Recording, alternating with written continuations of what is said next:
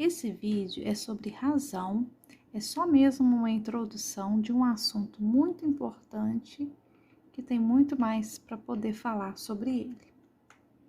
O que é uma razão? É a divisão ou relação entre duas grandezas. O que é uma grandeza? Grandeza é tudo que pode ser medido ou contado é uma grandeza. Um exemplo, se numa classe tivermos 40 meninos e 30 meninas, qual a razão entre o número de meninos e o número de meninas? Observe que a primeira grandeza citada é o número de meninos e depois o número de meninas. A razão, ela é uma divisão, então ela pode vir na forma de fração.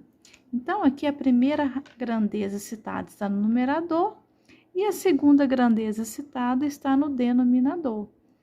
Então, aqui nós temos a fração ou razão 40 sobre 30, ou 40/30.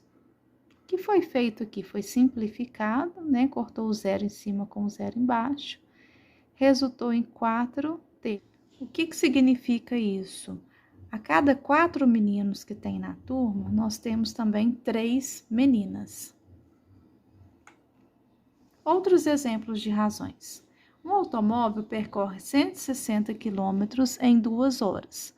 Qual a razão entre a distância percorrida e o tempo gasto?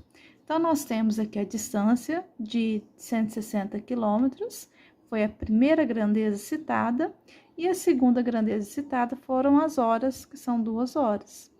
Então, aqui, ó, essa razão pode ser escrita na forma de fração ou pode ser escrita na forma de divisão. Se a gente dividir aqui, nós teremos 80 km por hora, ou seja, a velocidade média desse automóvel.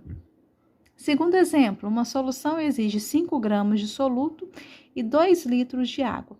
Qual a razão entre soluto e solvente? Primeira grandeza informada, soluto. Nós temos 5 gramas de soluto, então o 5 é o numerador.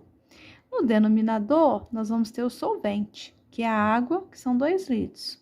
Então, 5 meios. Então, a razão pode ser escrita na forma de fração ou ela pode ser escrita na própria forma de divisão.